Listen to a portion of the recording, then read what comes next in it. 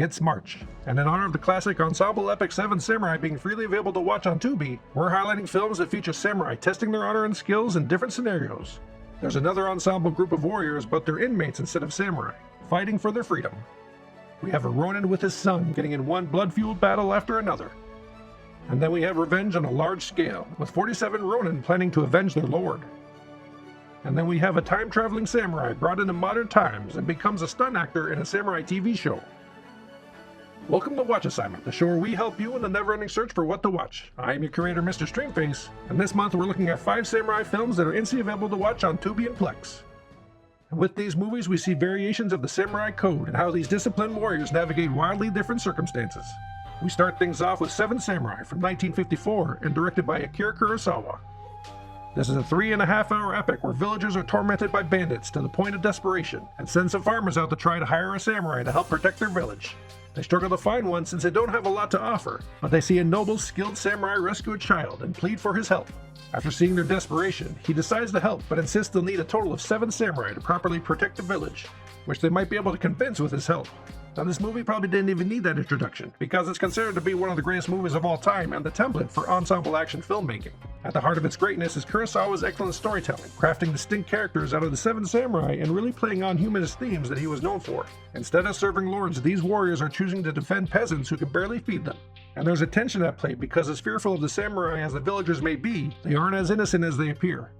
But Toshiro Mifune is here to provide a great scene to knock the samurai off their pedestal as well, revealing the hypocrisy on both sides. These are flawed and stubborn people bravely choosing to stand together against a merciless enemy. We're presented with the notion that honor is chosen through action rather than some inherited status, and that only through solidarity and self-sacrifice will any victory be possible. And while it's 3.5 hours long, don't let the runtime put you off. Tubi includes the intermission break, where you'll probably just get caught up in this classic tale full of great camaraderie, themes of social friction, and one of the most staggering battle sequences ever put to film. But don't take my word for it, it has a 4.6 on Letterboxd, with users saying, "Too many sweaty ass cheeks. 5 stars. If only I could give it 7 stars." The second pick is a twist on that type of Seven Samurai ensemble, 11 Rebels from 2024, and directed by Kazuya Shirashi. In this one, we see a group of inmates who are marked for execution, but are given a chance at freedom if they are willing to defend a strategic fortress. Despite their crimes and contempt, they agree to the mission while knowing full well they might not survive, but they aren't being told the full story. They're being dressed in another flag to act as a distraction to prevent rival clans from clashing and decimating their city. But whatever plan was initially laid goes to hell, and what was supposed to only be a distraction ends up being a full-on battle, with both the inmates and the samurai becoming bonded over the bloodshed. So as much as this is an ensemble, these warriors aren't fighting with loyalty or honor in mind. They're just looking to put off their death and have a chance at freedom. We see this in the character of Masa, who murdered a samurai that assaulted his wife, as he repeatedly tries to escape at any chance he gets, but for some reason, he always seems to get drawn back into the battle. This movie also flips the samurai code, with the ones that conscripted the criminals being deceptive and selfish, and as the battle progresses, the criminals are the ones that adopt the virtues of courage, loyalty, and sacrifice. Even knowing they're expendable, they find a cause worth fighting for, and through the bonds of battle, they end up earning the respect of the samurai, and the possibility of redemption through their actions. It's an energetic tale with conflicting morals, bursting with moments of chaotic action supported by a solid cast. But don't take my word for it, it's at a 3.2 on Letterboxd, with users saying, "Went in for the action and that was pretty good, but it's the humor and bubbling camaraderie that shines." What are we, some kind of sewer slide squad? Our next pick is the gritty Lone Wolf and Cub Baby Cart to Hades, from 1972 and directed by Kenji Masumi. This is the 3rd film in a series that follows Ogami Ito, who was once the shogun's executioner, but now walks the demon way with his son Daigoro as a Ronin assassin for hire.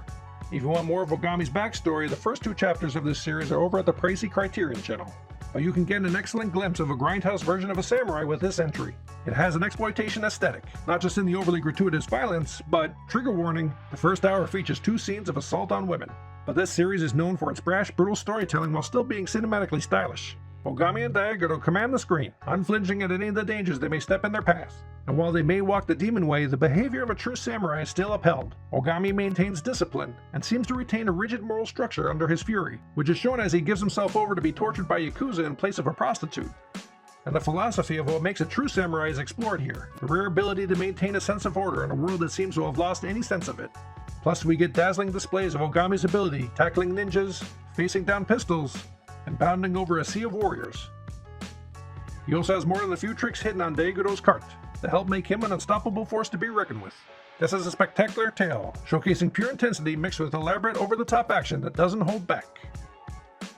But don't take my word for it, it has a 3.7 on Letterboxd with users saying, "Pimp my baby cart."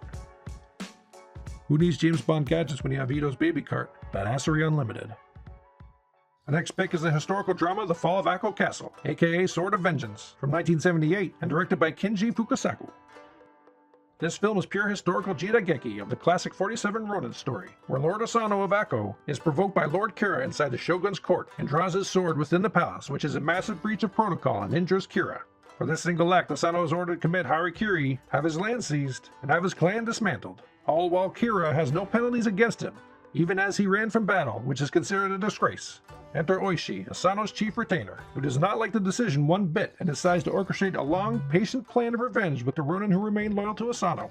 And when I say patient revenge plan, you better believe it, because this is a slow burn. Months pass. Oishi puts on appearances as a misdirection, and he's so good at prolonging this revenge until the right moment that even some Ronin begin to question his intentions.